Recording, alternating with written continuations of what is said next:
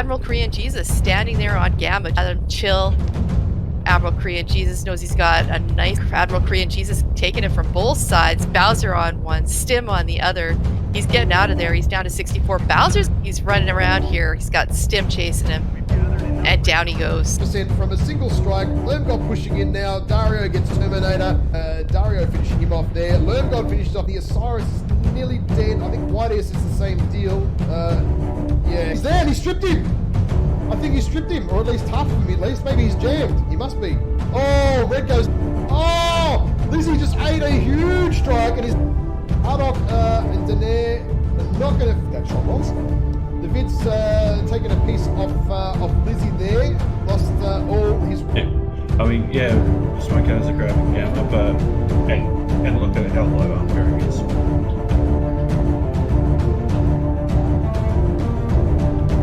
Super Cherry CT and torso and arm. He ain't going down. Big pack here from Eon. So obviously they know like Eon. that, Oh, Jesus! And MJ12 put something off here. Furia finishes off Prowler. Honorable is about to go down.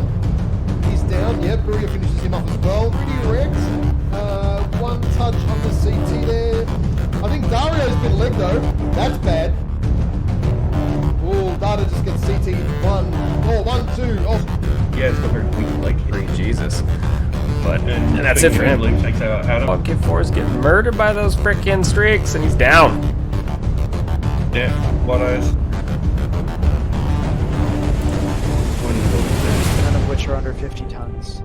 So he is severely outmatched. Oh, they've realised he's there now. They should be able to finish him off. Yep, Frio goes down. Yep, now John McFuzzy goes down. RJF are like, well, we got the win. We don't really need it. We got there we go. Yep, they're diving him and he's dead. Down to 59%. Oh, taking a stranger coming. No one's coming to help him. This little... Doing Honorwolf doing a fine job. Oh! Draven loses a leg and is down. It's down. Lost the torso. Ah. This is just a straight up scrum. Doozle on him. Sinjo in the Nightgyre. Oh, he's legged and going down. Biscuit and the javelin is gonna... Oh, Honorwolf getting legged. Just Draven Seabiscuit left. Yeah, Phoenix Leg. Legion smartly going for legs. Hard legs on everyone. There right now. Raven Colt just eats a strike. Say that's finally. Unfair with the peeps in the back. We did a long chop from the heavens. Oh no! Eric's still alive. There's one torso. There's no. The Outlaw goes down. That's it.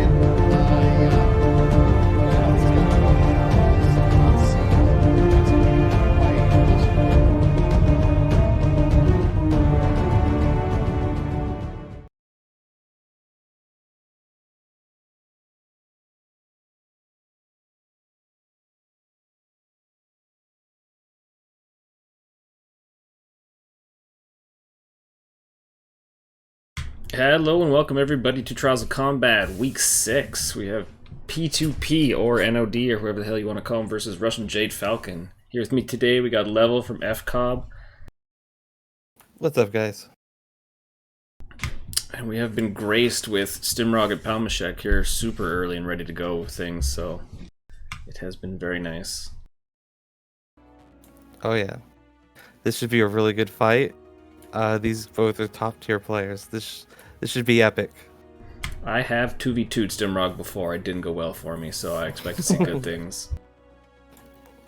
Oh yeah, both guys are ready. I don't know if you mentioned it yet. The 1v1 mech is the Marauder 2.8 with 4 ERP PCs and a standard engine. One side torso has 2 ERPs, 1 ERPs in the CT and 1 ERPs in the other side torso. The question is, can they take out each other's side torso with 2 ERPs first, or is one of them just going to go hard CT and try to punch through the CT first? We've seen it both ways in previous matches this week. We could see a headshot too. It has happened before. Oh yeah. So I guess let them know whenever they're ready. We can rock and roll. All right, just let them know we're launching. Double checking the settings, make sure everything's right. Don't want to pull an Ash. All right, it looks like we're good to go. Ready to launch? Yes, sir.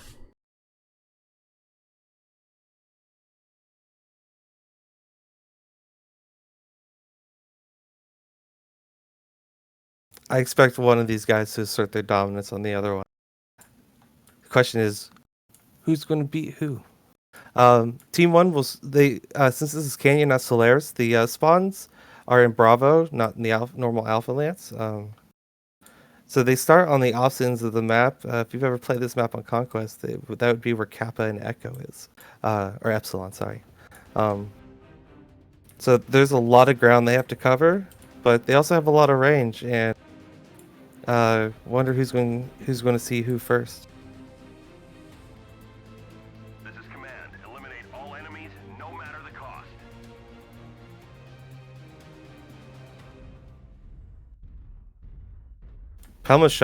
Pelmashek brought a very, very pretty Marauder. He likes his triangles.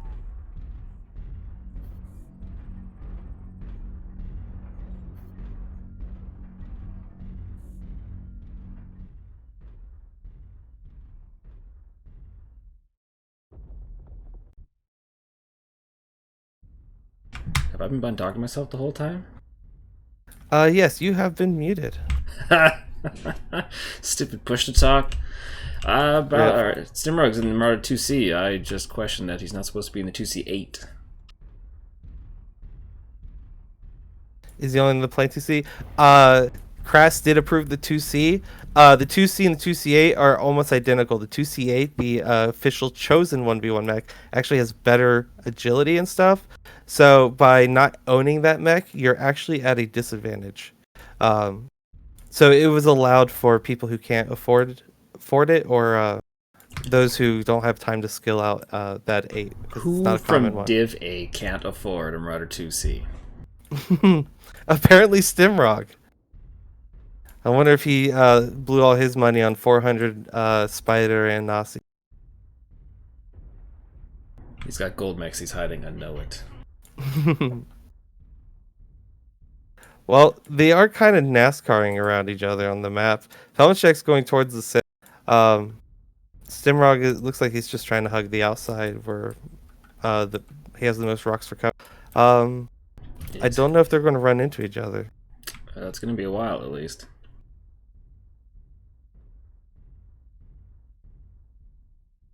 I don't mind Stimrog's approach of staying low, it's just, yeah, it is eating up time in this match. But in a 1v1 like this, you want full advantage. You want to make your first shot hit and not get hit back. You want somebody to whiff on a shot. Well, if they don't find each other in a few minutes, I believe we have the authority to pester them a bit to get a move on. Oh, and first shots go out.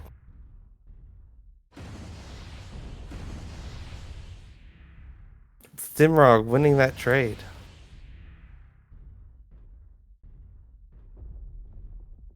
HPs are about even.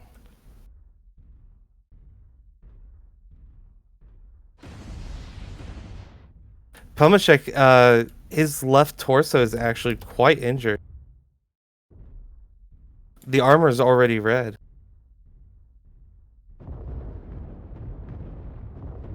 Smartly backing away from the strike because you do not want to get hit by one of those right now. Yeah, Stimrog, his arm's a little weak, but his torsos are all quite healthy. The numbers don't really say it, but if you look at the actual mechs, the Stimrog is in the lead quite heavily. Both the Pelmashek side torsos are about open. And there goes the left one. Left one's now open. And he lost one of his ER peeps.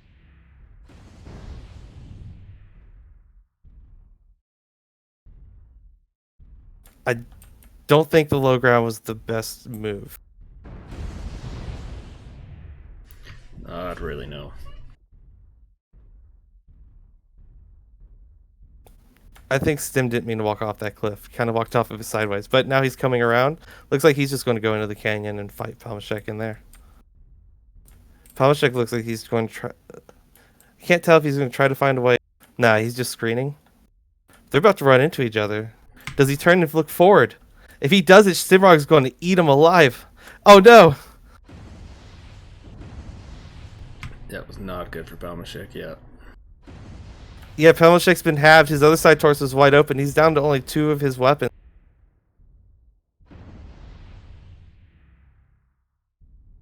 Stimrog's shutting down, but he's still got lots of... His Stimrog's side torso is wide open. He still has all his weapons. He just lost it. Yeah, now they're actually quite even. Now they're both handicapped. Oh, Palmashek loses the other side torso. He's down to 1 ERP in the CT. Just give a little smooch, grind that armor. Palmashek is full zombie right now. Stimrog's side torso is still about open.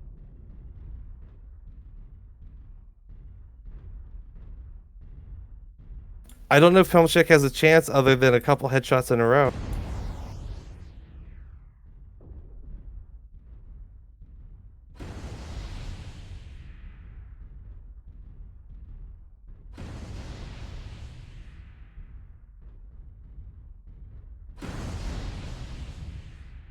Stimrog headshots Palmashek.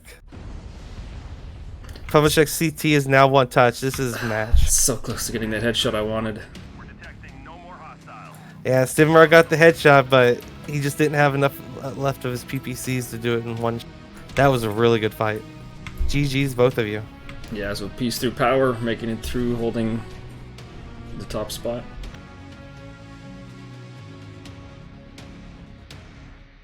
Ooh, 613 to 483 damage, yikes. Yeah. While Palmashek there at the beginning, he started the fight out trading a Stimrog, but Stimrog not only closed that gap quite quickly, he then quickly turned it around. It just goes to show why he's one of the top players in the game.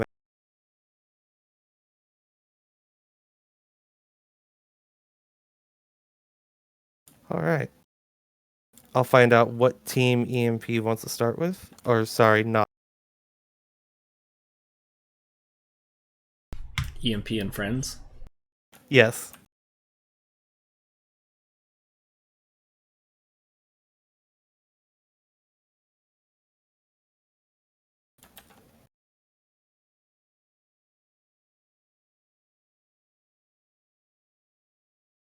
All right. Stimrog is going to give me an answer shortly. The first map, I believe, is mining. It's a light fight on mining. It should be interesting. I've watched this get played in very different ways. Even in my match, it played a different way than in the matches I count.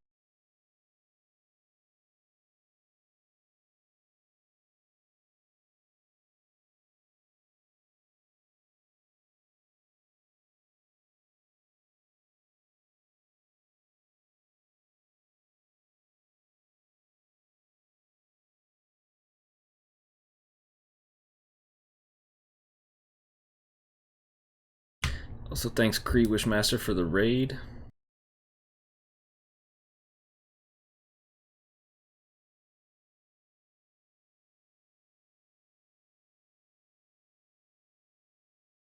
Oh, did we get raided? Nice.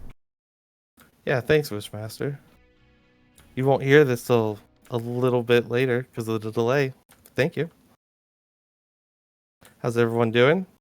We are just waiting on Stimrog to give us an answer.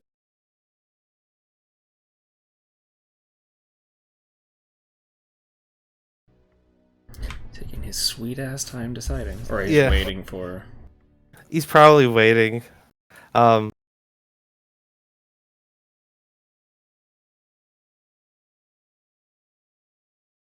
Not sure what he's waiting on. Maybe he's waiting for another player to get on, or maybe they never really decided which team they wanted to start with. But I guess while we wait on him, If you swap it over to the map strat, we can at least talk about what might be happening on this map. It's true. I'm just trying to think. There is no time limit for when they get to decide how long for which side they're going to take. Just 5 minutes once they decide. He finally decided he wants Team 1, but he did just bail out of the lobby, so I'm going to resend him a lobby invite.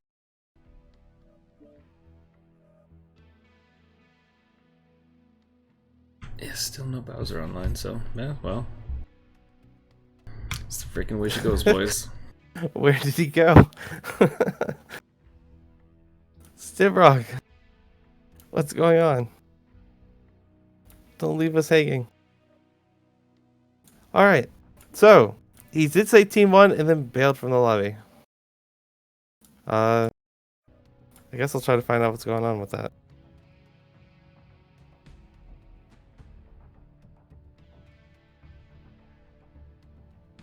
Interesting predicament.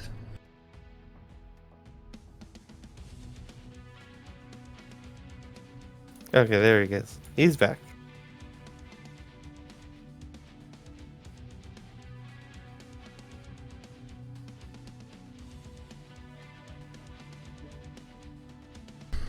I should have given him his 5 minutes. Yeah. Yep. Perfect. I meant to say it to him before he left the lobby, but he left so fast, it became impossible to tell him that. So, while he brings his team in, what kind of mediums do you think they'll take on this, since it's a mining collective? We've seen a lot of Vulcans and a lot of Vapor. I think a couple Huntsmen. What? No, it's 4 light mechs. 4 light mechs, 1 medium. 1 mid. I'm assuming Vapor Eagle still. That's basically the one everyone's most comfortable with, so.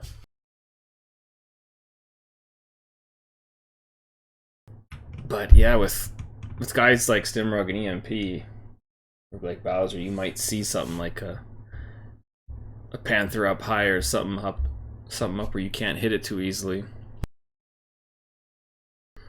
Don't know, it'd be interesting to see what they bring here or what type of strategy they use on this one.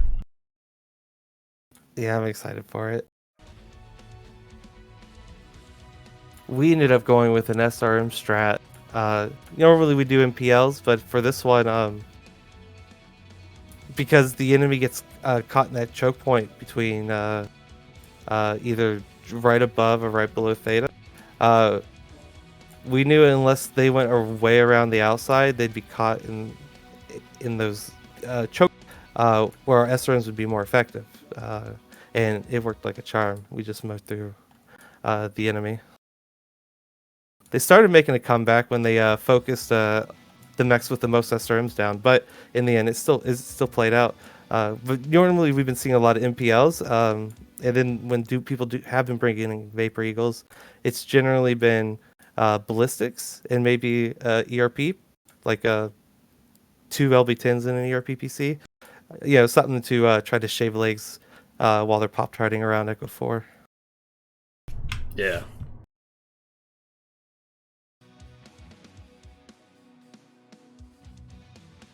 All right, Team 1 is now on a 2-minute timer. Did they give us the okay? No, Team 1 is down to 2 minutes on the timer. Sorry. That's okay. They're all readying up. They'll probably be ready shortly. Stacking Charlie Lance with 1 in Alpha. I expect to see the same thing from both teams. That's, as far as I know, that's exactly how every match so far this week has gone for this mining drop. Putting like 1 mech in Bravo puts them way too far away from the fight. Oh yeah, Stim says they're ready. Perfect.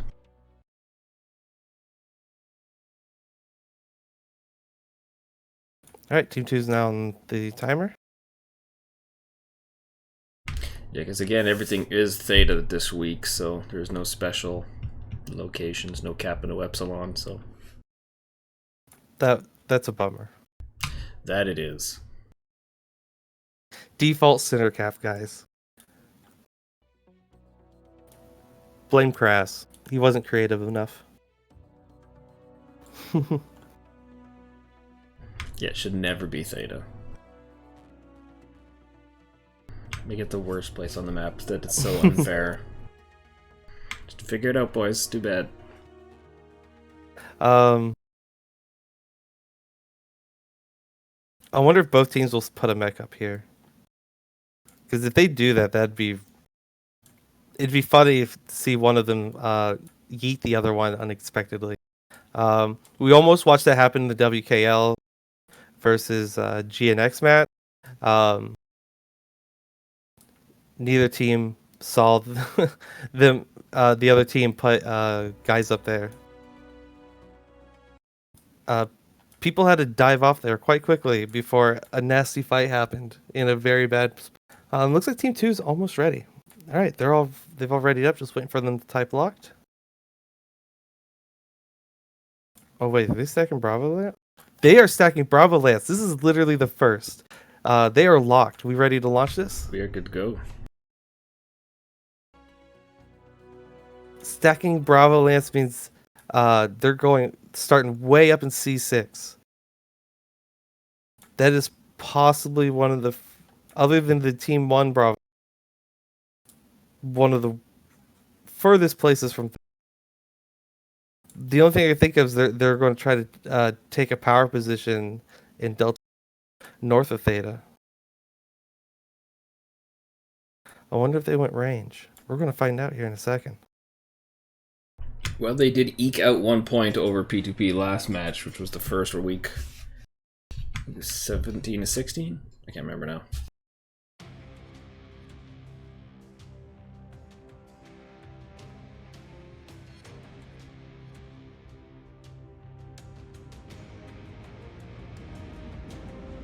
Alright, well, I'm staring at Russian Clan Jade Falcon, so let me tell you what they got. We got White Eyes in the Urban Mech K9, Piranha 9R, which I was hoping somebody would bring for Elysium, Slave Labor, and the Wolfhound 2, Vulcan 5T for MK4, and an Osiris 3D for Palmashek. What do you got on the P2P side?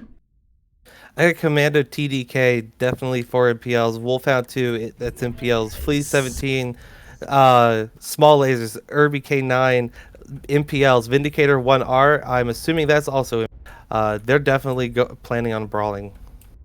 Yeah, Teos brought the wings. The Vindicator, though.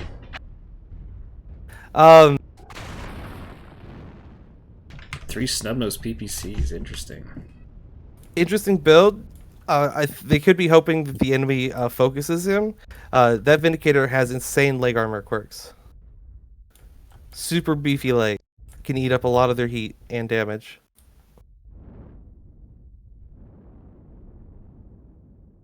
Looks like RJF is murder balling into the side here. They're all in one big group. Nod is backing off and around the corner up to the top. Just trying to kite them up there to him while Stimrog gets back shots. But it looks like Stimrog is going after the UAVs on top. Teos is eating a lot of damage. Yeah, they're trying to finish him off hard. Yeah, I think his legs are open, but he hasn't been legged yet. RJF is taking this low ground, but they're still balled up. I don't know if holding here is the best decision. They probably should have just went ahead and pushed, because they're just losing armor as they stand here, as they get peeked from 3 directions.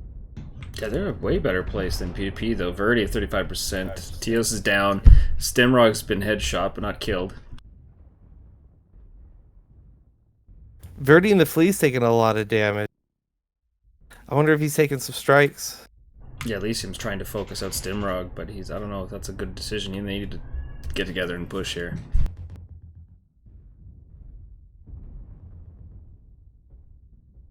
Stimrog takes a shot at Slave Labor's legs, misses, but he hits the Vulcan. Oh, Commando's down in the low ground, and RJF just pounced on him, and the Commando goes down. Yeah, I mean, Elysium's still got his arm, and not much of it left, but... Verdi and the Flea is still working with on the top. I think he's the last one up there. No, Polycat is up. Oh, the Vulcan just backstabbed the Vindicator.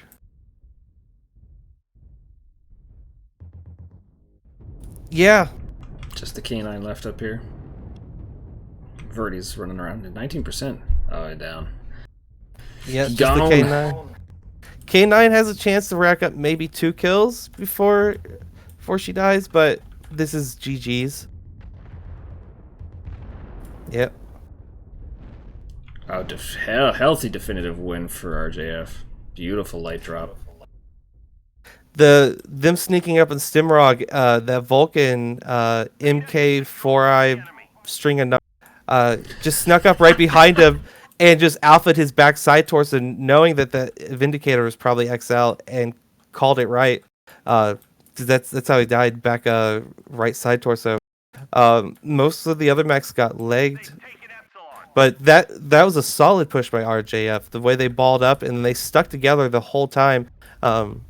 It looked like they spread out probably a little too much. The peeking game was going well for them, but they ate a lot of damage in that initial push as they backpedaled up to Theta. They have resource point Gamma.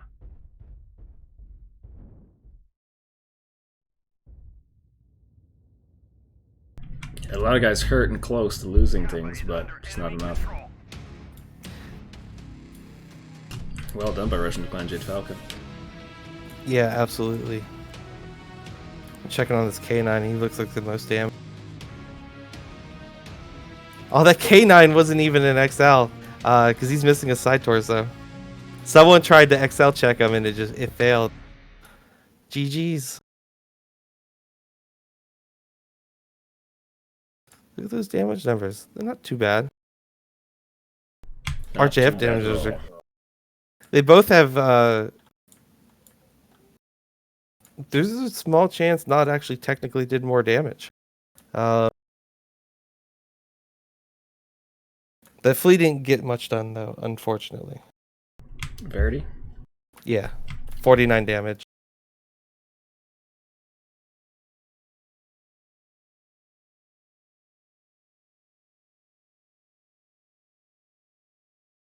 Yeah, a lot of components destroyed on Russian Clan Jade Falcon side. 4 by slave labor. And then 3 by MK4, but 3 by Polycat, 2 Stimrog, and 1 on Kong Lord. 18 team damage and 12 for slave labor. Yeah, Verdi just not getting any decent numbers that he needed.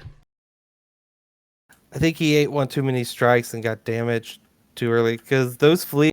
I've had guys test it out, have one person run around the flea and have a couple people in wolfhounds just chasing around shooting at him, and it can take a while to leg a flea, especially when he's using that mask to change his acceleration deceleration rapidly. So either he ran into a wall at some point and took some serious damage, or he just got struck to death. All right, I'm swapping the teams around.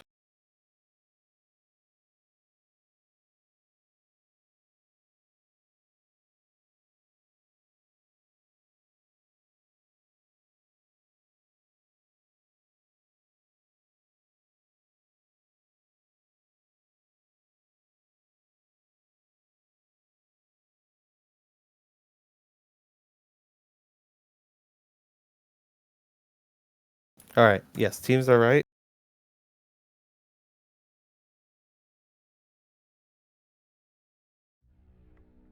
Perfect. 5-minute timer's been given. Yeah, next map is River City. Make sure to set it today. All right. Now the countdown begins.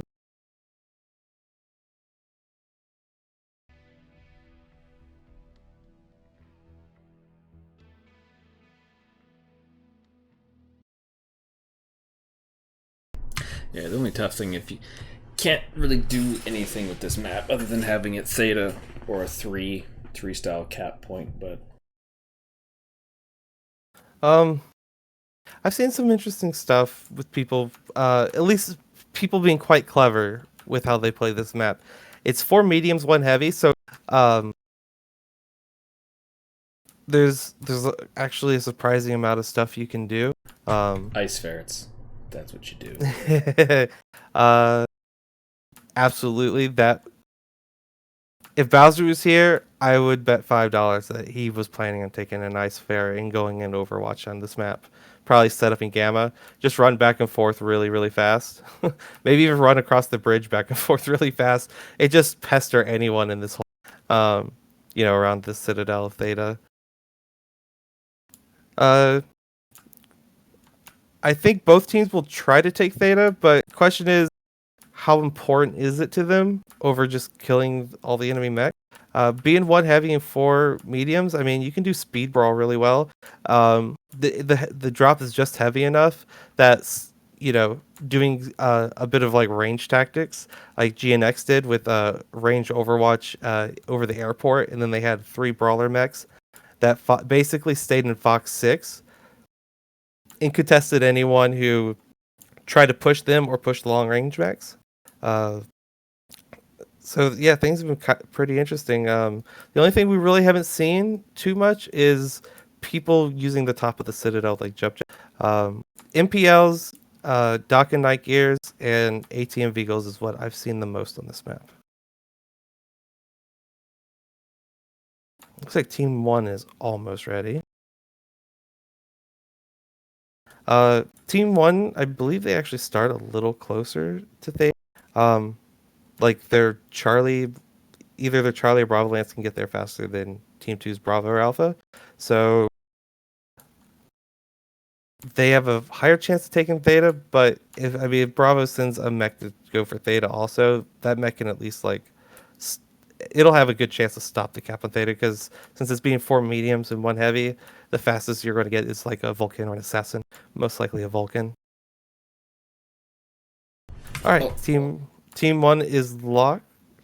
Team 2 is now on the timer. I'd also like to thank Vladimir Ivazovsky for the raid of 7. Thanks, buddy. Chat is nice and pestering today. Of course they are. A lot of homeboys in here.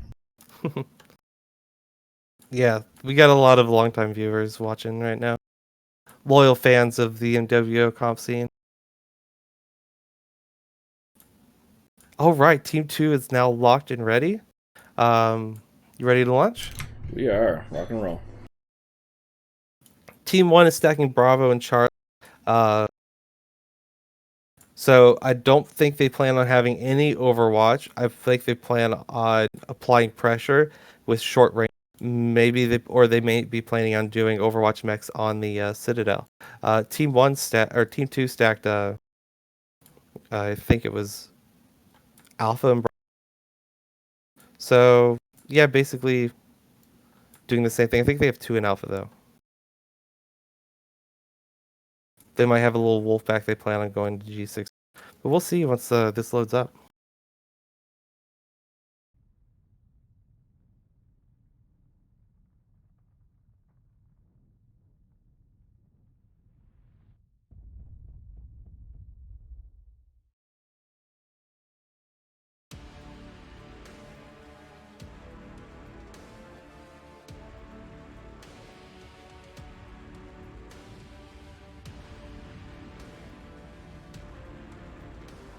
Alright, well, I'm staring at Russian Jade Falcon again. Got them bringing a Vulcan 5T, Vapor Eagle 2, Phoenix Hawk 2, like a smart gentleman they are. Summoner Prime and Uziel 6P. What do you got on the P2P side? You got a Vapor Eagle 1, a Vulcan 5T, an Assassin 26, a Thanatos 5S, and a Phoenix Hawk 2. I am curious about what is on the Vapor Eagle and what's on the Assassin. I'll get back to you in 1 second. This does sound like they came to brawl. Vapor Eagle's 1 LB10, 2 ERP. Slightly different than what I'm used to seeing. Assassin is 1 UAC 20. Wow, these guys did come to brawl, and it looks like they came to meme. Why? Thanos is 2 heavy Gauss rifles, and he is so slow that his whole team is leaving him behind at this point. I don't know if they're aware of it.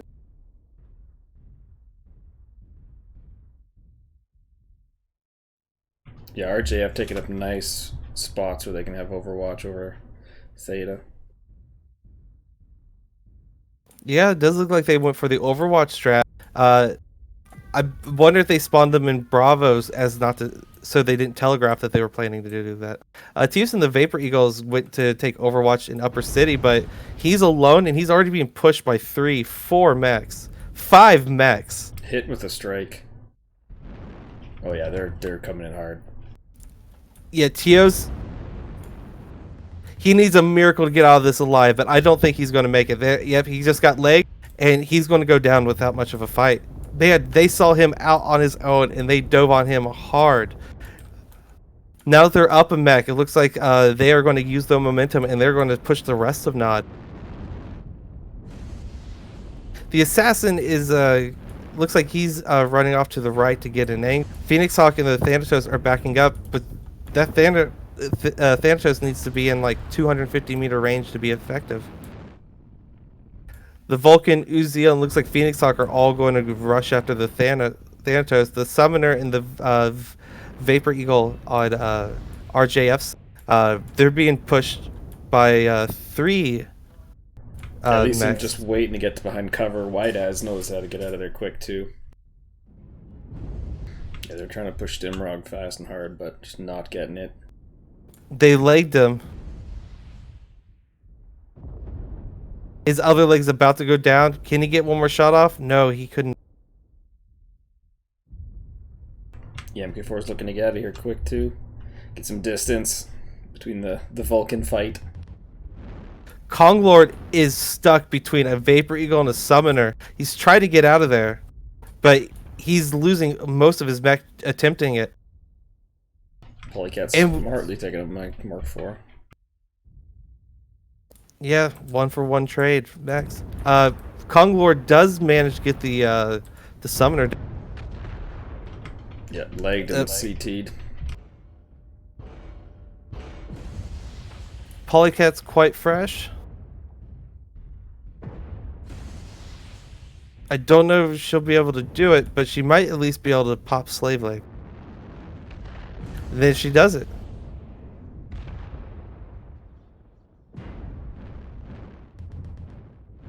This Vapor Eagle's been headshot. His head is one touch. GG's. Heck of a Polycat close goes match. down. I don't know who headshot this Vapor Eagle, but whoever did it almost killed him. Oh, you could throw an LBX at his face, and that probably would have finished him off. That's twice we saw headshots in this match, and twice they didn't kill them. Why are you guys running so much head armor? It makes for bad content. The fans want the headshots. Yes. That Vapor Eagle 2 pumping out 443 damage.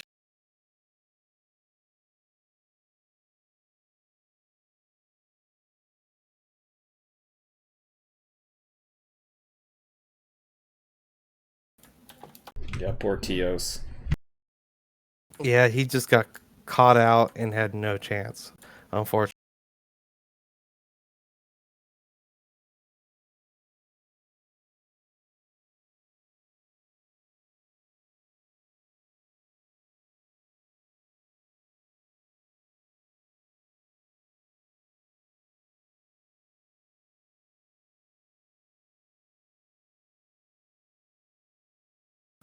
Alright. I am swapping the teams around now.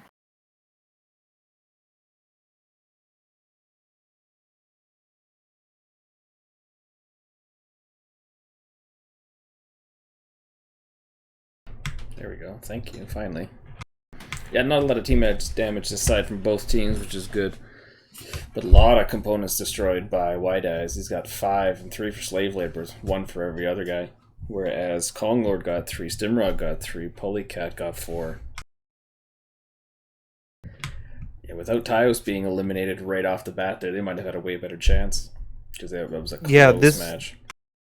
Yeah, this was super close. Especially as damage that Vapor Eagle 2 was. If Teos didn't get jumped, if they chose to push the main team instead of Teos, if he could have just gotten another 100 damage, 150 damage, that's all they needed to win that. That's how close this was. That was a really close fight. It's a waste of a good Vapor Eagle right there. Happens to the best of us. That's right. Go for a flank, and the enemy catches it, and you don't expect them to. Yeah, I don't know if he got stuck in the buildings too much, but he just got jammed up and didn't have the time to backpedal and get the hell out of there. Because he was striked, he was shot by 2 angles, and maybe he just said F it. Said I'll try and kill some time. But yeah, all 5 of them were there. I think when he jump jetted up there, they spotted him, and I think that they realized that he was the only one up, and that's when they because they seem to almost instantly switch tactics from holding to pushing as soon as he's jump jetting up there. So that was a split-second call, and that was a perfect split-second call.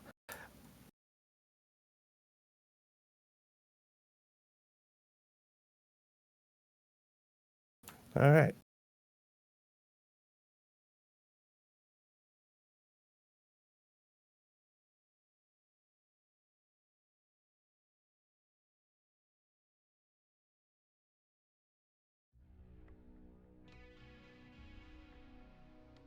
What? Konglord can stuff it. You don't need to change the map. Yeah, I just saw that too.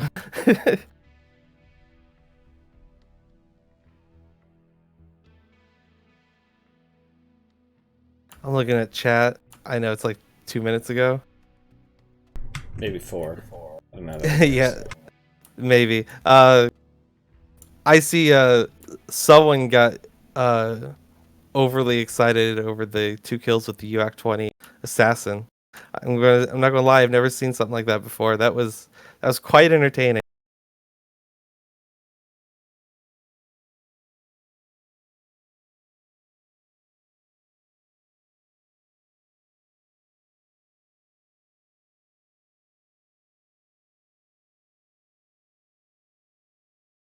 Windscape mentioned CXF used Citadel in their mech. I haven't seen that one, unfortunately.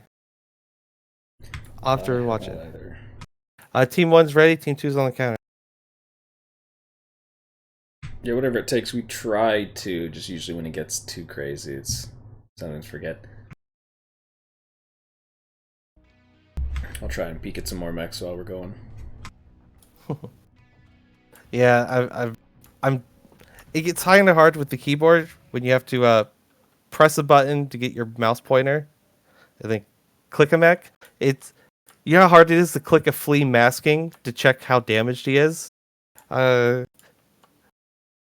God it wasn't an official cast, but I was recording a scrim for someone and trying to click their flea to see how damaged it was. It took me almost 30 seconds chasing it across the map with my mouse pointer. It is awesome trying to click the lights.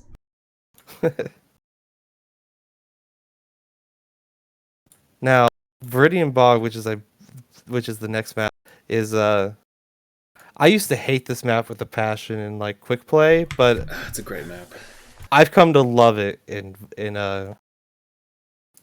comp. I have the same problems as a lot of people. Some of the foliage can be quite. They can block your line of sights pretty hard. Nothing like in the middle of the day having to turn on your heat vision just to see through some tree leaves to see if that's a mech on the other side or a shadow. But I mean, there's a lot of interesting places on this map, and we've watched some interesting pushes in other games from both sides of the map. Team 1, I think, has a slight advantage on this map, especially if you want to do a hold or a range strat. You can get mechs in these locations potentially with Overwatch and that rock there. No, not that rock. That rock. And they all have oversight over Theta, like really strong oversight. And of course, you can strike anyone if they hug the wall inside of Theta. But yeah, you get really good sight lines from any of those positions. We've been watching both a lot of times people taking a linebacker in their drop to try to contest Theta right away. especially if you're doing a hold strat, you need theta. If a long range team, if a team tries a holding strat on team 1 and they don't take theta and they lose theta, or they don't get theta at all, they become in a really bad position. There's nothing like being forced to have to do a push, like a brawl push, with long range mechs. Have not seen it worked out. Team 2 has all their mech. They've readied up, but I'm waiting for them to type locked, and then we can get this show on the road. Oh, one just unready. So yeah, they're not ready yet. Team 2 on this map, I think mid-range or brawl is the best way to go. You can either go all the way around, do the RJF E strat, and it just go all the way to Epsilon, and then go down into the enemy team. That almost worked for them. They ended up. Wait, I can't remember if that ended up actually working out for them. I believe it ended up working out for them. But it was a really close match. Team 2 is finally locked. You ready to launch this? Yes, sir.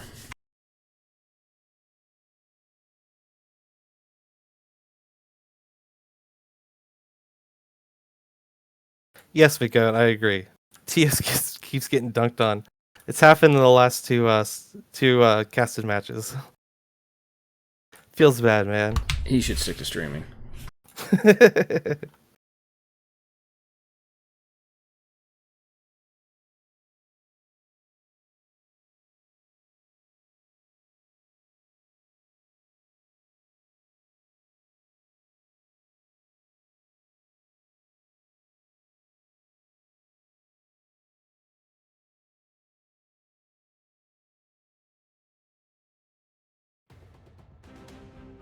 Interesting.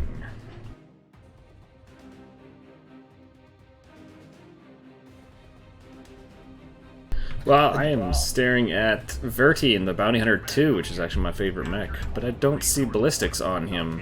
We got Annihilator for Kong Lore, Teos in the Catapult C2, an Ilium Mermets, and a Thanatos 5S for Stimrog. What do you got in the Russian Clan Jade Falcon side? I got a Fafnir 5, a Thanatos 5S, Summoner Yes. F, Timberwolf S, and a Warhammer Black Widow. I'm going to find out what's on a couple of these mechs real quick. I'll let you know. I'm excited. I'm super excited. Bringing the Faffy 5. Yep, the Faf is 4 UAC 5s. The Summoners UAC 10s. The Thanatos is UAC 10. The Timberwolf is that UAC 10s also? It is. They brought all the UAC 10s. Oh my god. Freaking Teos, why? Why would you bring this? I think it's gonna be amazing.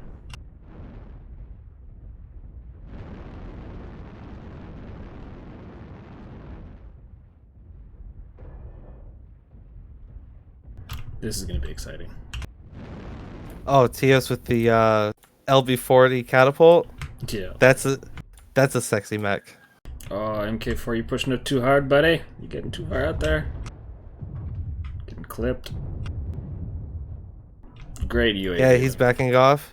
Looks like RJF is sending 3 mechs on a left flank. Nod is balled up in the low ground. I don't think they know that these 3 mechs are about to dive on them from the side. They're about to be in a very, very bad position. TS is already eating a ton of damage. He's at 82%, but he's already orange. Oh, his headshot. Another headshot that doesn't kill people. That's 3 in this match so far. Yeah, Verdi about to lose a shoulder here in that Bounty Hunter. Although, who? Ugh. This Timberwolf, I think, also hit a headshot. Yep. He did. All right, that's 4 headshots, no headshot kills in this match so far.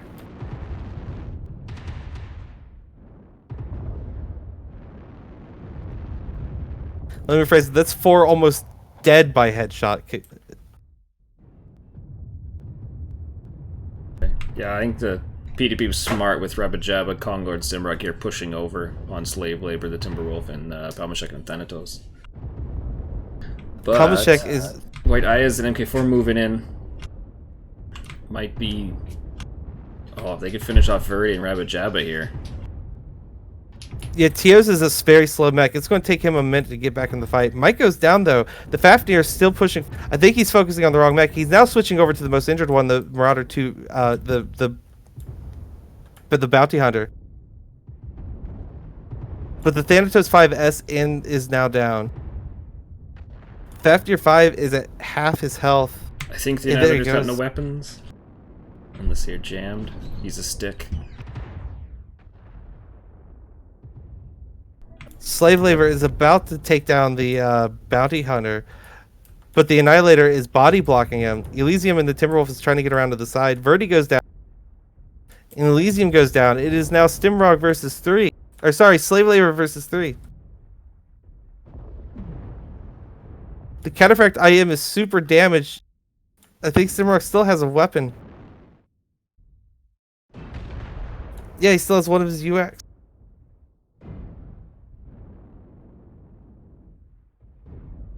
If he double taps the Cataphract, he can at least get the points. Nope. No chance, yeah. Catapult took a minute to get back in the fight, but when he did, he comes in and yeets the last mech, and then just walks off into the sunset. Gee, well fought, Nod. I was a little worried when they were stuck in that low ground between a rock and a hard place and being pincered from 2 angles. They made a quick decision to just push at the mechs that were flanking from the side, and they just ran through them. Resource point Theta is ours. That was definitely a good match. That was a nice brawl, that's for sure. Oh yeah. Even got The the cap- Annihilator capping. That's exactly what assaults were made for, to do the caps.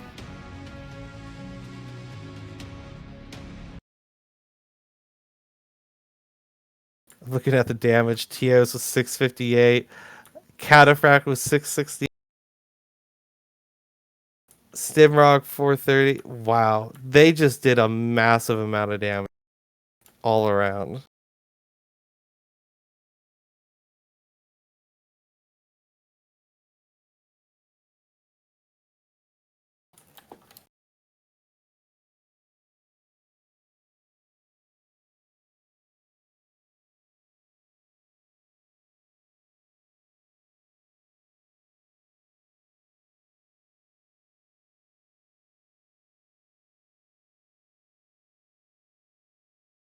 Ooh, blasphemous 40 team damage from Rabba Jabba and that Ili Murmetz. It's obviously a strike. But beautiful. 4 components of strike for Teos, who's making his way back without getting massacred, basically.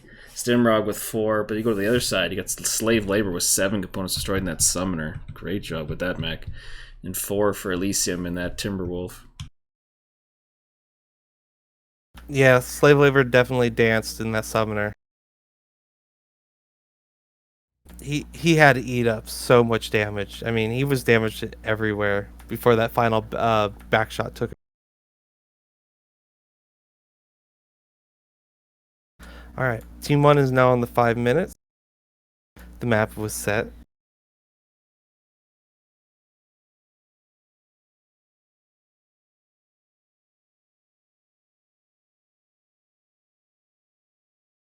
I can't believe that Murmetz got the most damage of the match. It seems ridiculous to me. Did it? Yeah, 668. You're right, it did. Yeah. I'm dumbfounded. I don't know what to say about that. Like, especially RJF had the high ground a lot, and that thing has arm-mounted weapons for the most part. Very low slung, like Very knees low level. The fact that he was able to pull off that kind of damage on a map with as much verticality as this one did, and have to deal with Pop-Tart mechs, I mean, well done. Well done.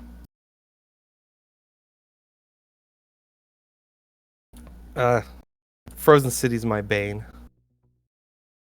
I like this map. Is that what we got next? Yeah. Now, I understand a lot of people actually kind of like this map. It's really good, especially if you're good at long range trading. Then you probably love this map. I'm above average. Definitely nowhere near what the top 1,000 guys probably can do. But with that said, it's always been a struggle. I ended up pushing this map in my match yesterday. Because I didn't want to risk the take the risk of getting out traded. So we took a play out of KDCM's playbook with Speed Brawl, with like Executioner, Gargoyle, stuff like that. And it went spectacularly. We 5-0'd. The enemy, they saw us pushing one side of the map at them, so they crossed to the other side of the map. And then what we did is that's what we were hoping they would do, because it's easier if they cross the map. Then it's easier for us to get to them with more cover.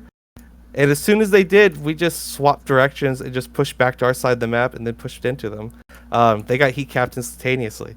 But yeah, I mean, we took a micro pulse, medium pulse Executioner and Gargoyle. It was great. Oh my god. I do have a small laser Executioner. Is it LBX-20? I know how that feels. Get in tight. Just laser. Oh yeah. We even max engined a Cyclops Tank Q with all the SRMs. 400 LFE engine. Not very much ammo, but I mean, when speed tweaked, you're going almost 80 kph in a 90-ton mech. My god. I'm all about the MECHLABs. Get that range, but yeah, like you said, you come in for that brawl, you're moving quick. You need that speed. Yeah. RJF's down to under 2 minutes. They got the 2-minute warning, and they've readied up fast. Just wait for them to do the final lock, and then give Team 2 their countdown. They are now locked.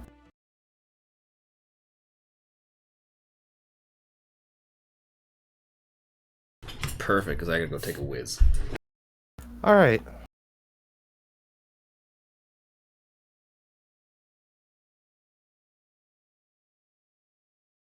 While you do that, I'm going to doodle on the map while I wait for Team 2 to ready up. Or, even better, I'm going to check on the chat.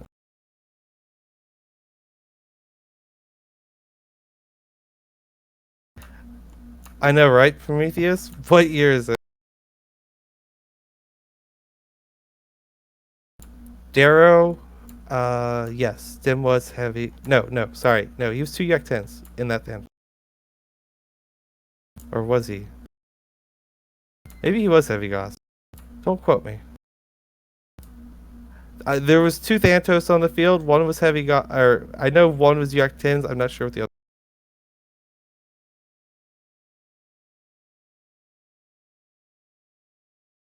other. Yes, that is head tanking, not just headshot.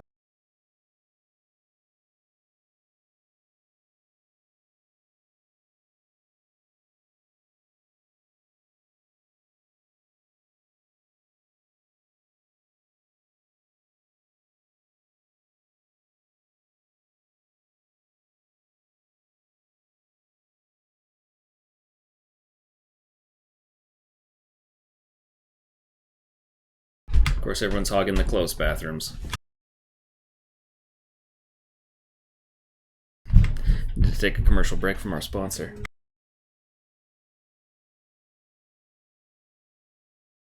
Back to what I was saying about the headshots. Yeah, I couldn't believe how many headshots were in that match. There was at least 4 that sent people to orange or reddish-orange structure.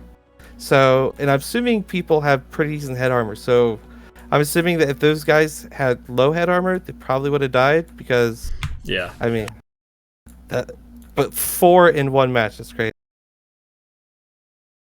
All right, you ready? Because they are both teams are locked.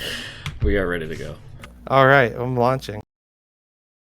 Just so the chat can see us talking about the buckets. And they were making fun of you. Yeah, I know. That's just...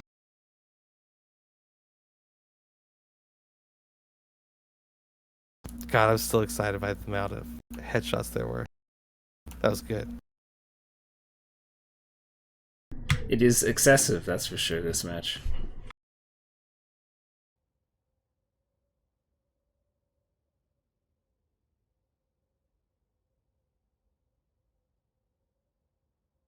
There is a pilot on the team TPQ, I think it's Dirty Dish Soap, who likes to run a madcap, 2 Goss and 2 ER Peeps, and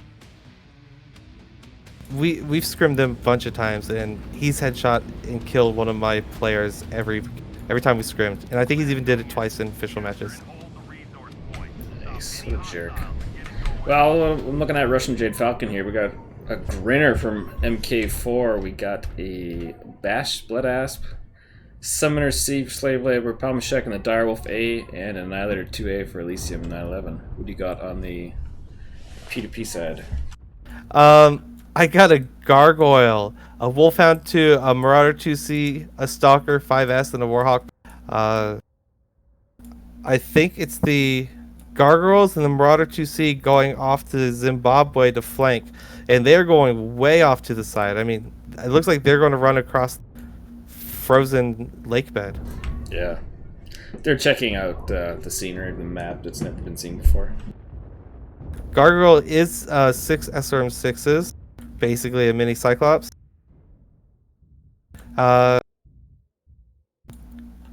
Kong Lord in the Marauder 2C is 5 ER medium lasers and 4 ER large. Maybe he was supposed to be all MPLs or something. Don't know why they would send a long range mech over with the Brawl mech, but we'll see how this plays out for Whatever reason, yeah. Wolfhound 2 looks like he's staying near the cap. Sorry, she's staying near the cap.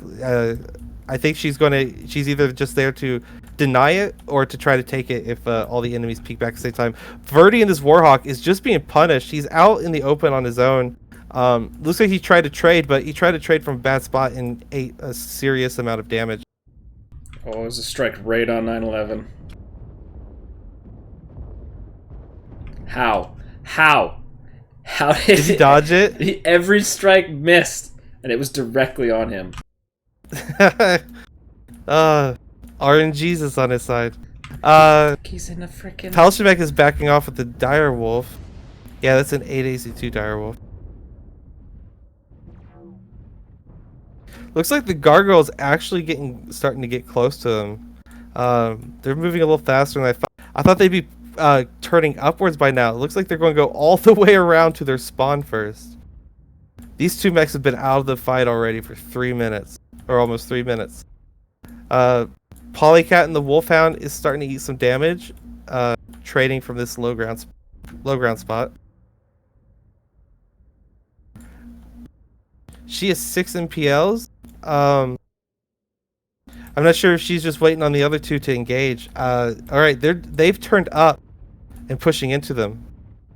Yeah, I don't know if Stimron calling right now are walking in, like they're gonna hit the Grinner, and that's gonna slow them down.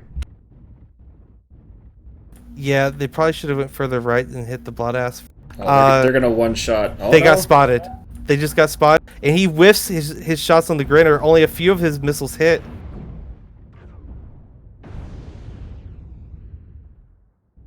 Stimrock stops to take another shot at the Grinner. Grinner actually gets out. Polycat is there with them too, so... Grinner is now legged. But they are way back. They're back up. Oh, strike right on Stimrog. Stimrog gets out of there in time, but Konglord eats a part of the strike. RJF, they're now just pushing all their mechs over here right into them. Without a care in the world. Oh, Kappa is just getting touched. Alright. Because they are kind of screwed, like I said, with MK4 and the Grinner being legless. Yeah, Polycat takes her chance and takes Theta while the enemy doesn't have Overwatch anymore. The two Overwatch mechs over on the other side of the map, the Warhawk and the Stalker, it it looks like they don't have the best positions to trade into the side of the enemy. Grinner is eating some shots from Polycat. Polycat's now joining into the fight. Gargoyle and the Medcat, or the Marauder 2C, are just in full retreat. And RGF took the bait. They are being kited out of their trade zones.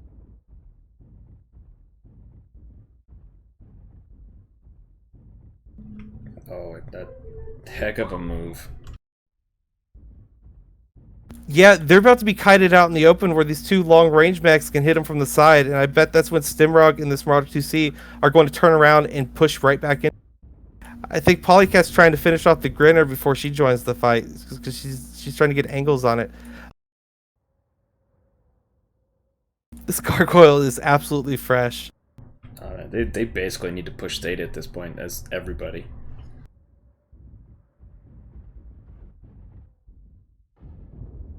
Alright, long-range mechs are getting shots into the side of Palshamek and the Direwolf. Stimrog is still repositioning further left, eating a few laser burns.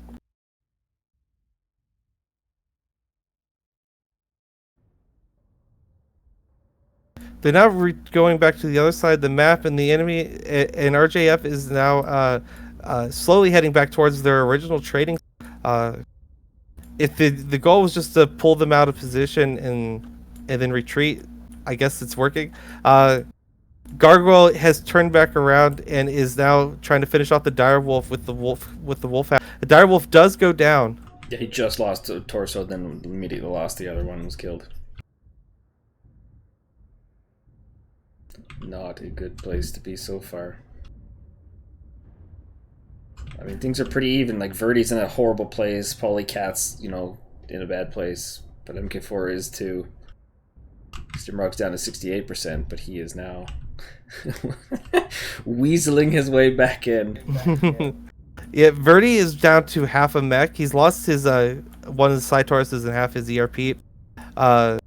As you said, Stimrog and the Gargoyle is going back in to join the fight. I don't know if this Wolfhound spotted him. I don't think he did. I think he is going to be able to get in there and get a back shot. RJF just realized that they're running out of time and they need to take that cap, so they are pushing towards it. They are pushing towards it, super injured. Polycat is moving off to the right, dodging a strike. I don't know how much more fight this Warhawk has in it. The Stalker is still doing pretty decent, trading with the Bloodass on top. Konglord, Bloodass goes down. Konglord's off to the side, about to get into the side. Polycat might just have enough range to stop this Annihilator from being able to cap. All she has to do is scratch it. Supernova is stuck in a crossfire between the Gargoyle and the rangebacks. He is about to go down. Yeah, Stimrog rolling in right now. He's gonna finish off the Grinner here. There goes the Grinner. Oh, it's just the And the Supernova at the same time. Konglord did die just a second ago, but this Annihilator is all that's left, and they're about to just kick him off for their. Oh, yeah, And there he goes. GG's. That was good. That was good. That was weird, but that was good. Crazy long game strategy. Yeah, I thought for sure that the those two range mechs were going to get pushed with the two mechs going on out to Zimbabwe. RJF didn't push, and they played right into Nod's strat there. Oh, wait till you see these damage numbers. I know, who is this Rabid Jabba guy?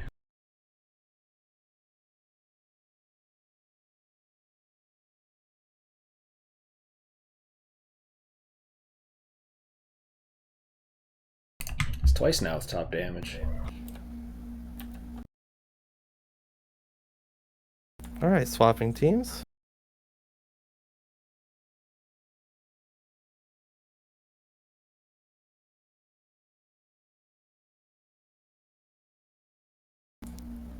Last map is Canyon.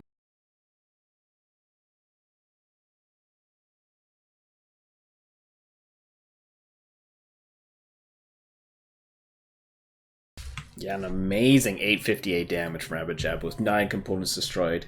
8 for Konglord, 3 for Polycat, 4 for Stimrog.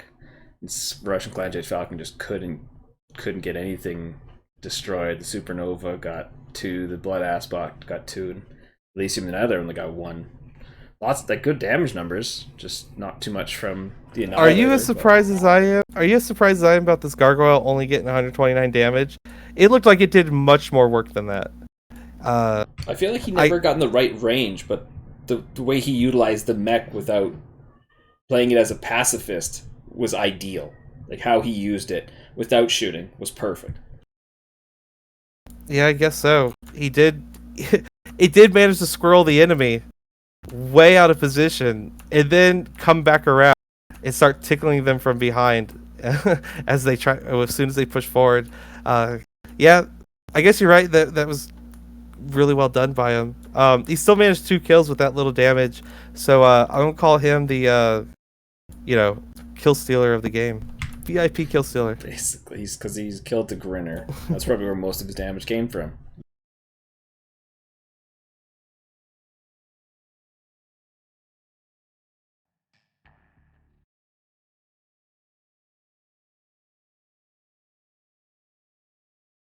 I believe P2P is in the lead with points now.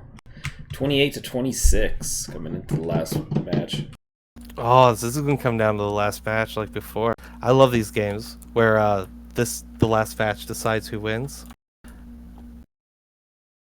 I mean, I know the points matter more than the match victories, but I mean, winning a match still it brings a sense of I just had a brain fart. You know what I mean? Yeah. I am curious what strats these teams are going to do though for Canyon. What help if I switch the map over? The 5 line is where most of the fighting we watch has been happening. I mean, but sometimes we'll see a little wolf pack, like the light mech and the medium mech might spawn, or the light mech and the heavy mech might spawn in different lance, and their goal is for flanking and pop tarting and stuff. But I do expect most of the fight to be on the 5 line. I think Nod, since they have Team 1 here, I think that they will just run down Charlie with most of their mechs, probably. And then maybe have a light mech for Theta or something. But I expect them to use their big dick energy and just push down that line and catch the enemy, because the enemy will have either 2 to 5 mechs or 2 to 4 mechs over here. And if you have 3 to 4 mechs pushing them, it becomes a pretty manageable fight as long as you get angles and stuff. ATM Vapor Eagles do good on this map. Pop-Tart Summoners, both UAC and ATM varieties.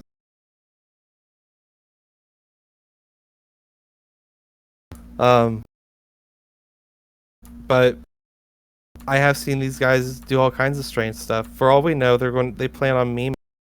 They might drop a heavy Gauss drop for all we know. Or bring all the flamers and tags. We just don't know with these guys. RJF will probably do something sensible. They'll probably try to do trading. I expect more ER peeps from them. But I do expect Mad Cats and Blood Ass mainly, maybe Annihilators and Cyclopses, depending on what they're more comfortable in. Team 1's still not ready yet, but they do have a 2-minute warning.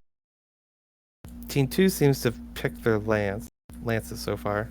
They're partially ready.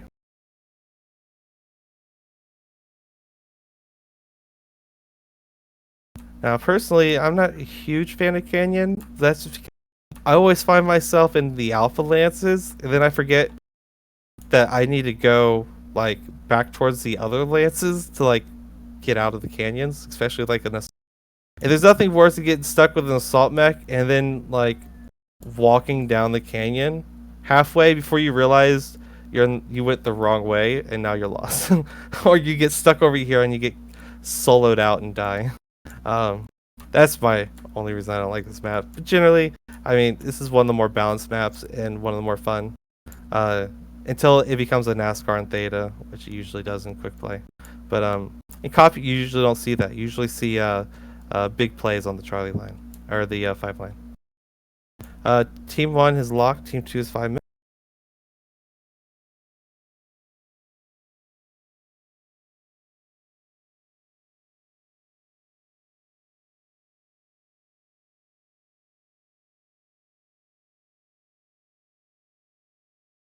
Yeah, I've never heard of the White Death Mercenary Company before. I've seen none of these players. Oh, is that what WDMC stands for? Yeah. Interesting. Pong Mimian says Rav is a smurf because there's no Division AAA. I think he means Diamond. And I see a whole bunch of Russian in chat.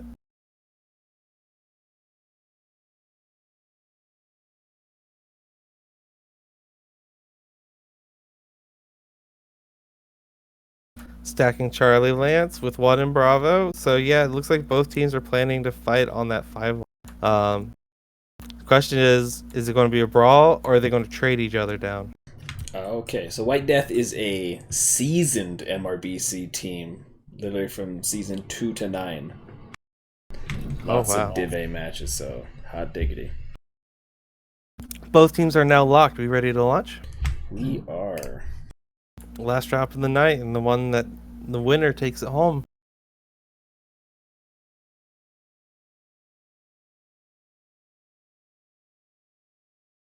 This has definitely been a good game. It's been awesome. Nice back and forth.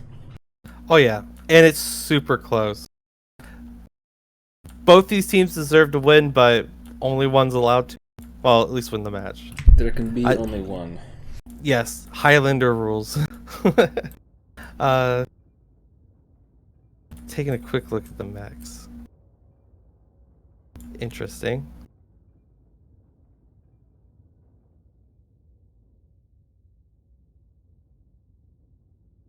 Who brings AMS to a gunfight?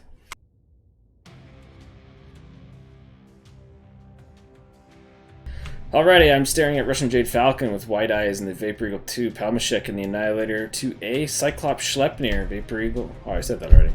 He moved. And Summoner F for Slave Labor, because he obviously dominates in that. And the Wolfhound 2 from our MK4. What do you got on the whatever EMP and Friends side?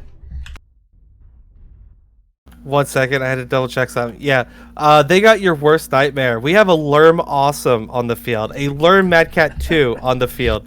We have a Thanatos 5S with 2 Heavy Goss on the field. We have a Vulcan 5T with MPLs on the field. At least that's standard. And then we have a K9.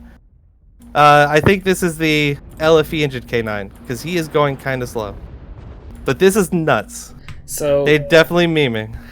I like how like the last match was like full on. Like full IQ strats, and this is like, let's bring some Lerms, have some fun.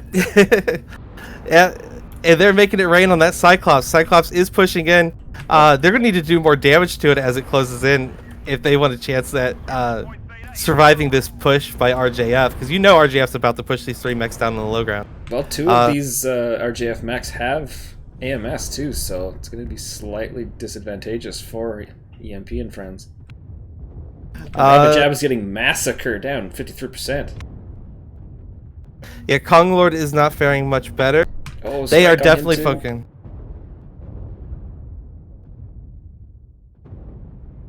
These Lord mechs might have needed to take a little more cover at the start. Yep. Awesome goes. Madcat 2 is about to go down too. I think they just pushed too far forward with the Lord mechs. This was a good cheese strat, but I think they pulled a my team and they went 1 sector too far forward. The Madcat 2 is just getting punished over here. The Summoner, Slave Labor Summoner is actually, even though it's at 71%, he's cherry red. Thanatos goes down. Oh, this might be a clean sweep 5-0 from Russian Jade Falcon. There's too much W from Peace to Power. Oh, they've lagged MK4. Nope. Oh, they just took something. It was arm. Yeah, they're definitely going to have to just go for points right now. But I mean, if they held back where this Cyclops currently is, if that's as far forward as those learn mechs, this would be a much different story. The difference between giving your opponent 1,000 meters to push your learn mechs and giving them only 400 meters to push your learn mechs is the difference between success and failure. Yeah, you can't play aggressive lerms in a brawling map. Yeah. Well, I didn't expect them to brawl though, but it happened. Oh, Birdie's down. Oh, just Polycat left. Can Polycat get a kill? Oh, That's the thing. White Ice is not the one to shoot, but... And there she goes down. GG's RJF 5-0 sweep. Because, little too hard on the W nod. I mean, that would have been a really fun strategy to watch at least play out, but I mean, if you look at just where Konglord is with his Mad Cat, I mean, that's like just 300 meters to this cover to the mechs they were shooting at. He was in SRM range with Lerms before he even fired his first Lerms at the enemy. It's not good. Other than that, I mean, that was really interesting. That could have been really fun to watch. It sucks it didn't work out. Maybe next before next season you guys can do a showcase where you retry this strat. I would really like to see that happen. With that said, I mean, RJF's mechs are actually pretty messed up. It's a lot of spread damage. But I mean, I take that back. Like this Sleipnir, all of the damage he took was pretty much all to the CT. Is where he scored out. Yeah. Slaver only lost the torso basically, and lost the money. But GG's. Well fought, Nod. Good attempt. RJF, really nice push. Pushing through the memes. Yeah, I don't think you could have played that any better than the way you did. You saw what the enemy is doing. You saw them out of position, and then you dove on them super hard. Made them pay for it. GG's. I think Bowser slept in for Nod today. I saw him up at like 5 in the morning last night playing in group drop.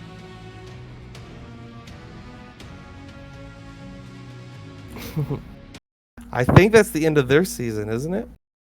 This is the last match of Div A. That's all she wrote. Yeah, I guess next week is Div B and Div C, their last games. Wow. You know, when this season started, 7 weeks seemed like a bit of a daunting task, you know, at the start. It's like, wow, that's almost 2 months of constant practice, constant matches, you know. But I mean, now that we're near the end, it seems like it flew by. And I wish I had more time to climb the leaderboard more. Jesus, Stimrock, 68 team damage. Nasty. Nice. Well done, Stimrog. Give the people what they want. Pretty much. Yep, Elmashek in that other 2 with 9 components destroyed. 7 for Elysium, and 2 and 1. Polycat with 5 in that Vulcan 5T.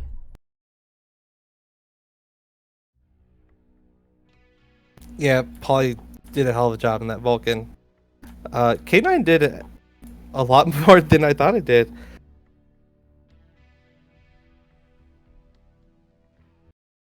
Yeah, the damage from RJF just wow.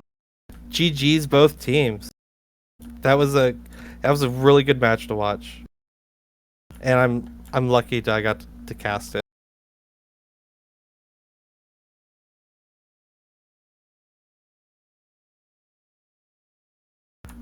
What Nod needed, they needed Windscape's awesome. He loves that awesome 8R. They needed him to do that for him.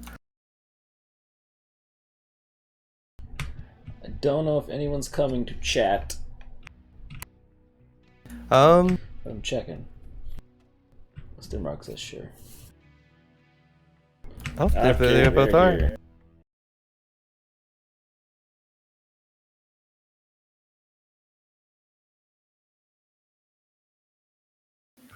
I'd say more like 6 years.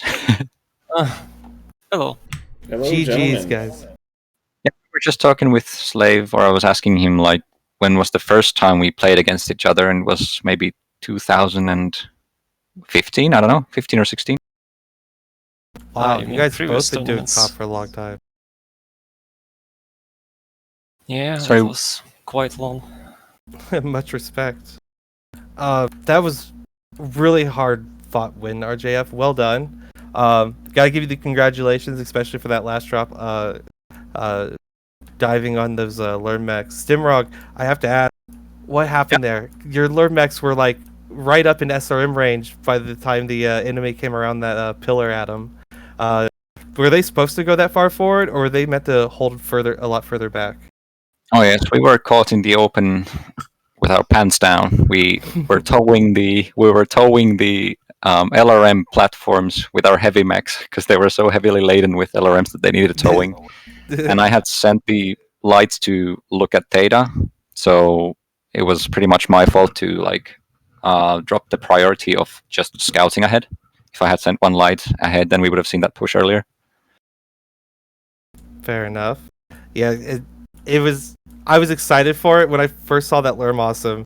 I even said under my breath, "Interesting." And then, I mean, you guys still did a lot of damage for as quickly as your strat fell apart there. I mean, you still put in a lot of damage. They had a lot of mechs with like cord stuff. Just a few hundred more meters of ranges, I think, is all you guys needed, and you guys could have started dropping mechs. Maybe, yeah. They totally had the DPS department on their side, and they did. Yeah, we did try hard a lot. Thought about how we can bring this back, but we also went for mechs that people have, so that kind of gave us more leeway for. I don't want to say memery at every point, but like more. What's the word? Differing strats or mechs, and of course, people here at Nod have developed a taste for lerms, so I can't do anything about that, even if I'm the.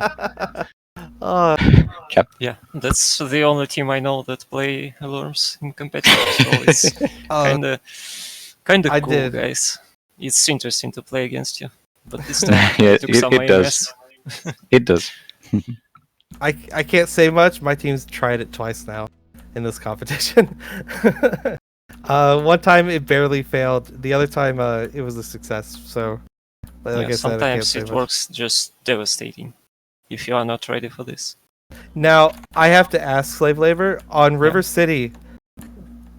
Like, at what moment did you know to push that Teos and that Vapor Eagle up in Echo 5? Because it seemed like the moment he was jumping up there, you guys started looking at him, and then within a couple seconds, your whole team was repositioning, and then you guys dove on him so hard. I think he only managed like 40 damage. Like, how'd that play? Like, was that intentional, like, to push? Or Yes, was that, like, it was intentional. It was, our initial way to start this game. We were about to push the upper city and Echo 5, I guess. And he was just on my way. And, I didn't see his light. So probably nobody is protecting him. And I decided to dive in and got him. Yeah. That's the right call. For free. How many times did you bring that heavy Gauss Thanatos stem? Twice? Oh, that was twice, I think so. Is that what you had in a bog? Was a heavy Gauss Thanatos? Yeah. Oh, no, then it's 3 times that I brought. Oh wow. Dune loves that. You did have too. it in River City. It's that's right. They did have inconsistent, but if the guy hits, it can just turn the game. Yeah, damn. I must have maneuvered my forces badly on River because I was stranded on the other side from the Citadel. But I did manage to 2-shot one of the mediums from the right torso. But the Uziel got me with somebody else. Yeah, I was watching that. You put up a good effort fighting them off as they were legging you. I was more like, help! I'm being repressed. You did awesome in that situation. I did have one last question. This one has to do with mining. why'd you guys start all the way up in Bravo Lance? The strat you guys ended up using, you could have just spawned in Charlie Lance and probably gotten to your position and done the exact same thing, which was basically hold together and run back and forth across that gap and just focus Nod's mechs down every time one tried to peek. Which map? Which map? Mining. RJF, they instead of spawning a Charlie with one in Alpha like you guys did, they spawned, I believe, everyone in Bravo with one. I can't remember. Because they crossed the map at an angle towards you guys instead of just running straight through their tunnel. Oh, you mean RJF crossed it? Yes. Yeah. Yeah. Okay. I see. I was curious if there was a reason why they spawned in that lance. I was just curious if there was a reason why they spawned in that lance, to throw off the enemy, or if they just, their strat didn't matter which lance they spawned. You mean we spawned? I think Bravo is just as good as Charlie, depending on what you want to do. So it didn't really give us any additional info, I think. Okay. I think it's more natural to spawn in Bravo because Team 1 spawns in Charlie and will probably take the closest ramp to us. So if they take Charlie as well, they'll have to duke out for that ramp control. With Bravo, they have their own ramp and more flexibility. Ah, interesting. I didn't see it that way. Belmont, you got any questions? Did we talk about Frozen City? No, Yes. we've not talked about Frozen City yet. Oh no, please don't. No. I don't want to talk about it. Was it Slave? 100% Tell me everything. your plan to take the scenic route with the gargoyle and not do that much damage? That was literally the longest flight I've ever seen in my life. That you guys probably ran like 5 kilometers around the map. I should have 6 done blocks. nothing, literally nothing. I should have stayed in one place near my Annie and Direwolf, and I could win. But for some reason, I decided that chasing a gargoyle is a good idea. Yeah, I didn't want to shoot people, but I ended up being more of a scarecrow than an actual damage dealer. But here's how it started. Like in lobby, we're like, damn, they're pretty heavy. It seems like they have a lot of 100-tonners. Then we're like, oh yeah, flank's gonna work. They're gonna sit in one place, and then we just go down to scenic route. I wanted to show Kong, like, hey, see, here's a great glacier. This rock's pretty cool, and this slope you can ski on, and so on. And then we were wondering if we should go all the way around FC Delta 8, but then some of our scouts, rather traders or the scouts, told us that there is something in Echo 7, something big, and I think that was the Dire, not sure. Blood because he had the Grinner near him. So I think the Grinner is what you guys took your first shots at on your way to the Blood Ass, which was right around. Yes, the, and missed. building. I missed so badly. Yeah, I called that out on stream. I saw that whiff. How could you, Stimrog? He was yours to kill. I just wanted to scare him. Well, you did a good job of that because he did take off running. He eventually gets late, and then Polycat deals with him while you guys kited RJF all the halfway back to the southern side of the map before they started turning around right out in the open to your traders. So I'm not 100% certain if that was an intentional play or if that was like a last second, oh, we can do this. But either way, that was super smart. And yeah, you guys just literally kind of ran circles around RJF until they eventually pushed the center, and then that's kind of when it ended. That was definitely probably one of the weirdest but funnest matches I've seen in a few weeks. The strat was coined just the mega flank pre-drop. And yeah, we didn't know what to do exactly since the flank itself didn't work so well.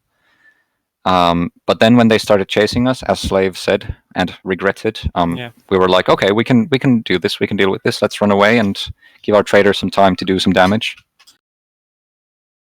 Yeah, it panned out super well. Yeah, it reacted pretty good.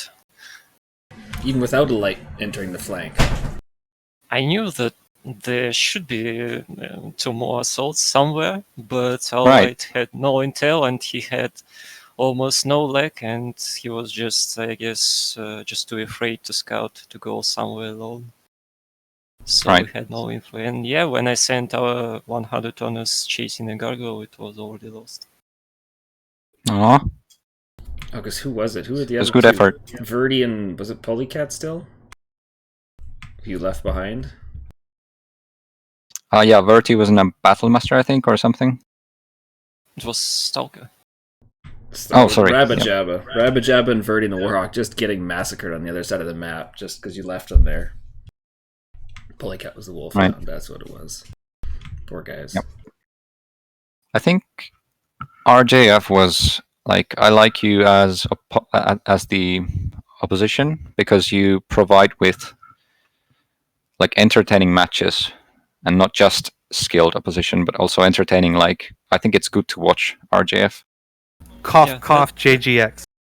That's because it's me in command now.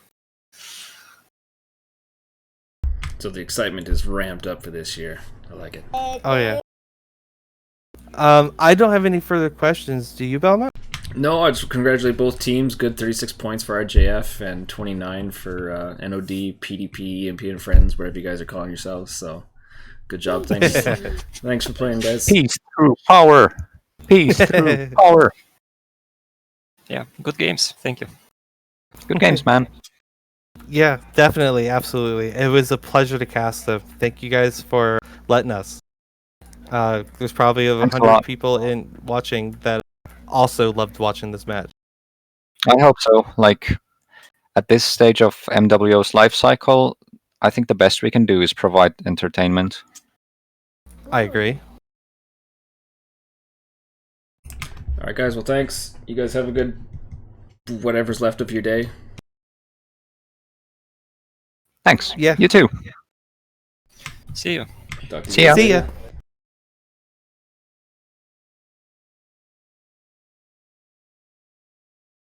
It left me too soon. It happens. All right. Well, thanks for joining me, Level. Thanks for the matches, guys, and hope everybody was happy watching. I thought it was a good match to watch. Yeah, this was an absolute pleasure. Thank you for letting me co-cast this with you, Belmont. No problem. Maybe we can do it again next. Yeah, because we've got a season 2 announced, so hopefully everybody's interested for that. Hope we get a few more teams in. See if we can get Dropship 4 back in this biatch. Oh yeah. All right, man. You have a good one. Thanks for joining me. You too. See you guys later. See ya.